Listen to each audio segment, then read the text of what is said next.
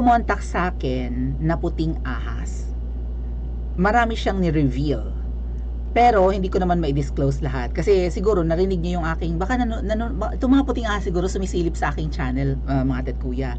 'Di ba? Sabi ko kasi wala naman akong masyadong contacts, wala naman ako, 'di ba? Nabanggit ko 'yan. Wala akong masyadong connections, ganyan. So, yeah, hindi ako dapat maging threat sa gobyerno. Pero may isang kumontak sa akin. O, di may puting ahas na akong... Pero bibihira silang kumontak sa akin kung meron man. Hindi malimit. Usually, ang kumukontak sa akin, ibang tao na nakwentuhan na ng puting ahas, ng mga puting ahas ng puting administration. Mga tao nila sa palasyo. So, hindi lang pala tao sa palasyo ang mga puting ahas. Siyempre, yung iba mga nagtatrabaho sa ibang government agencies, di ba? Right? Baka nasa BIR yung iba, nasa DepEd, ganyan. Sa kung saan saang department, agencies, opisina ng government nandun, not necessarily sa loob ng palasyo. And sinabi nila sa akin, may sikretong plano ang Kuting, Ahas at Tambaluslos Administration para kay Coach Jarrett. Basahin ko sa inyo yung message. Or maybe bigyan ko kayo ng sige, tinakpan ko naman. Bigyan ko kayo ng glimpse ng chinat sa akin. Ayan.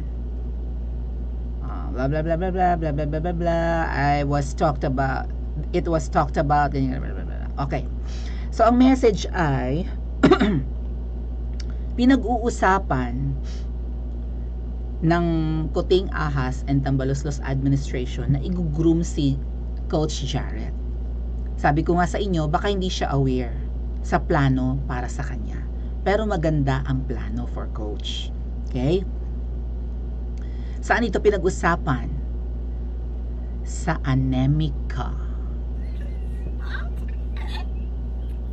So habang pinag-uusapan kung sino ang mga itutumbang vloggers, kasama din sa pag-uusapan, syempre, yung payayabungin or i-groom ng mga vloggers. And one of them is Coach Jarrett. So congratulations, Coach. Isa ka na sa pabubonggahin ng bonggang-bongga na vloggers. Banggitin ko sa inyo mamaya yung mga dreams ko, aspirations, at magaganda kong gustong isuggest noon sa palasyo nung ako ay part pa ng Ensaymada Vloggers o itong mga BBM Vloggers, di ba? Part ako niyan eh. Umalis lang ako. Ako ang unang umalis. So, balak daw i-groom si Coach Jarrett. So, payayabungin pa ang kanyang channel, ipopromote. Malamang isi-share yung kanyang mga post. Baka bigyan siya ng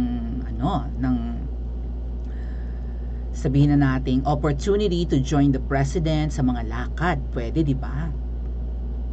Or sa kanya ibibigay yung mga insider info. Bukod tanging siya lang yung makakapag-vlog about it. Ganon. So, ang plano ay si Coach Jarrett daw ang magiging Maharlika. Ayun, nasa unang part, di ba? Ng Kuting admin. To be the Maharlika of the admin. Ano ba ang role ni Miss Maharlika sa panahon ngayon, mga tatkuya? Siya lang naman ang nagbubulgar ng katiwalian sa loob. May mga connections siya, di ba? Marami siyang puting ahas. So, ang magiging role pala ni Coach Jarrett sa Kuting administration ay pang-counteract kay Miss Maharlika. So, pwedeng kung ano man yung maamoy ng Kuting, Ahas and Tambaluslos admin laban kay Miss Maharlika, si Coach Jarrett ang magre-reveal. So, pwedeng kontakin siya ng, di ba? Ng mga intel ng Kuting administration. At kung ano yung maamoy nilang pwedeng ikasira ni Miss Maharlika, ibibigay kay Coach Jarrett. Hindi lang si Miss Maharlika ang target, baka yung mga gustong ipatumbang DDS vloggers. Malamang si Coach Jarrett ang bibigyan nila ng first-hand info, just like what's happening now with Miss Maharlika na kinokontak ng mga puting ahas. Or maybe dahil si Miss Maharlika ngayon ang parang star vlogger ng mga DDS, although she is not claiming she's a DDS, di ba? Hindi naman ni Miss Maharlika kiniklaim na part siya ng Duterte diehard supporters eh. Miss Marlica is for the country lang. Wala siyang masyadong pinapanigang apelyido, right? So, ganyan siguro ang magiging role ni Coach Jarrett. Pantapat kay Miss Maharlika. Kasi si Miss Maharlika ngayon parang la primera na vlogger na tumutulig sa kay Kuting, at lahat ng sinasabi at binubulgar, magugulat ka, eventually nagkakatotoo. So, ang init-init ni Miss Maharlika. Nabanggit dito si Taning, mga ate at kuya, pero mamaya natin siya pag-usapan. So, parang kasi, bakit hindi si Taning? 'Di ba? Bakit hindi si Taning ang pantapat kay Miss Maharlika? Pinagtapat na nga eh. May dati, maganda, 'di ba si Taning magandang pantapat kay Miss Maharlika? Matindi na ang away nila eh. Right? Bago pa umupo si Kuting, may away ni si Miss Maharlika at si Taning. Meron ng apoy. Right? Pwede pang paapuyin ngayon. Pero hindi si Taning ang binibigyan ng responsibility ng Kuting at ahas para banggain si Miss Maharlika. Taning, lumalamlam ang career mo talaga, no? Alam ko naman ang reason kasi nandito rin sa message ng Puting Ahas sa akin. So, eto ang mga post ni Coach Jarrett. At tingnan natin kung kayo na magsabi kung hindi siya kakagat dito. Pero kung mapapanood mo to, Coach, sa channel ko, again, wala naman tayong pinag-awayan. Okay tayong nag-meet at 'di ba, nagkasama during the organizational, yung second batch rather ng UVIP, and even nung nag-meet tayo sa Malacanang nung Pasko, bago magpasko, okay tayo, wala tayong problema. Pero Coach, kakagat ka? Papayag ka na ikaw ang magiging prime vlogger ng administrasyon? Eto po ang post ni Coach Jarrett. Kanina lang. For the record, I have not received a single cent from the Bongbong Marcos admin or any ally in Congress or government.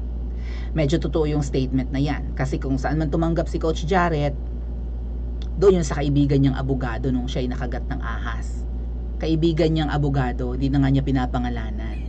Pero yung abogado na yun ay tao ni Kuting. Okay?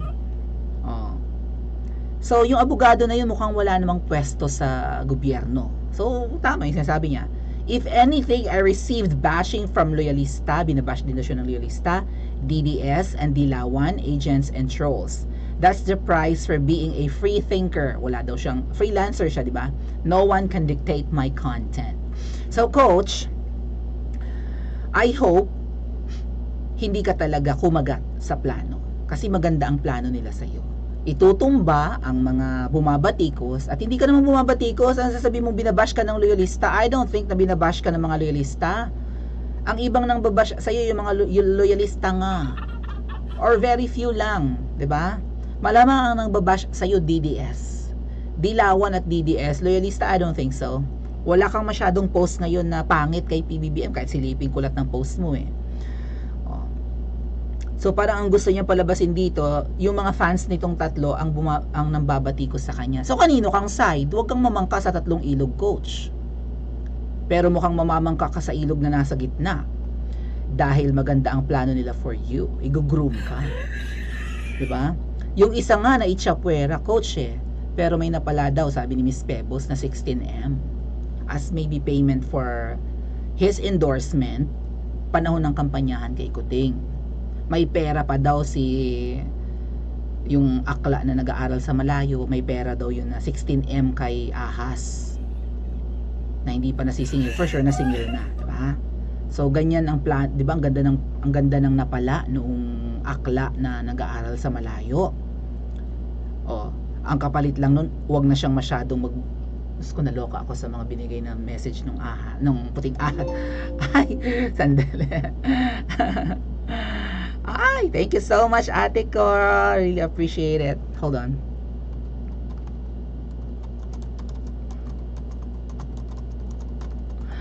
Okay. Where was I? Yeah. 'Di ba? Pinag-aral yung Akla? Ayun, hindi niya matanggi, right? Hindi siya tumatanggi na hindi siya paaral ni Ahas.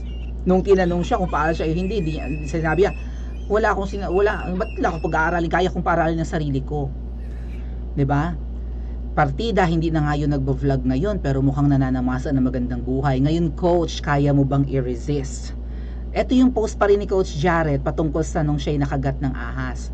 I-screenshot niya yung comment ng isang siguro basher niya or nag-comment lang, kung di man niya basher, nag-comment lang sa kanyang post.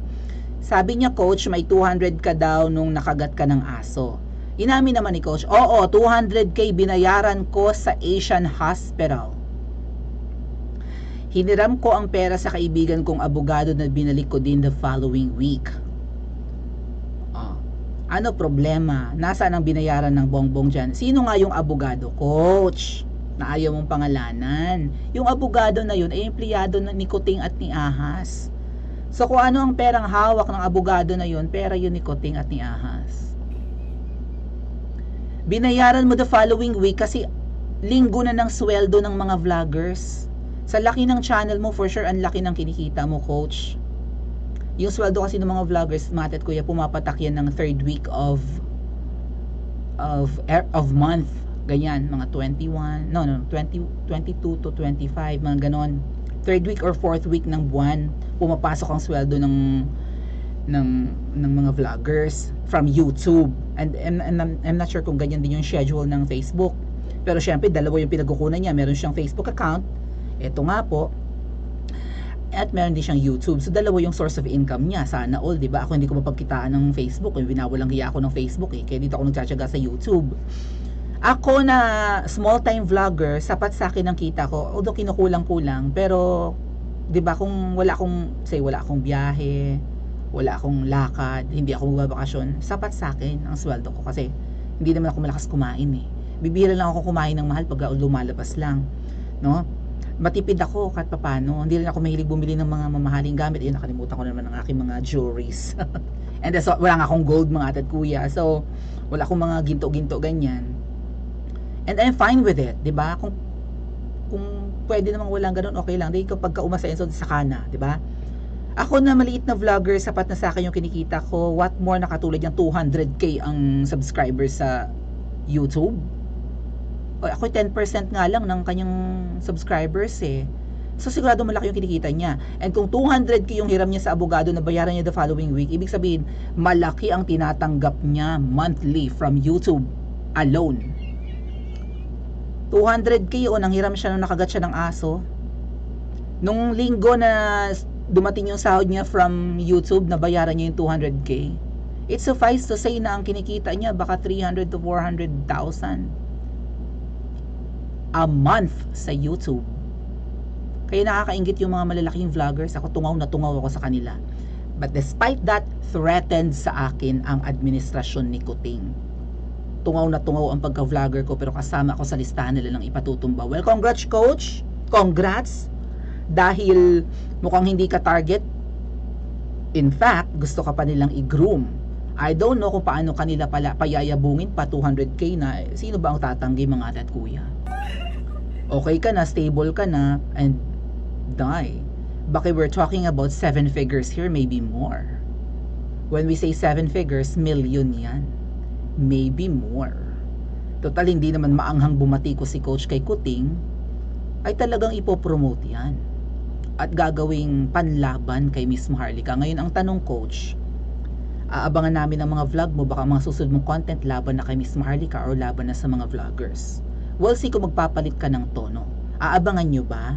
Aabangan nyo ba ang pangtapat kay Miss Maharlika at ang kapalit ni Taning?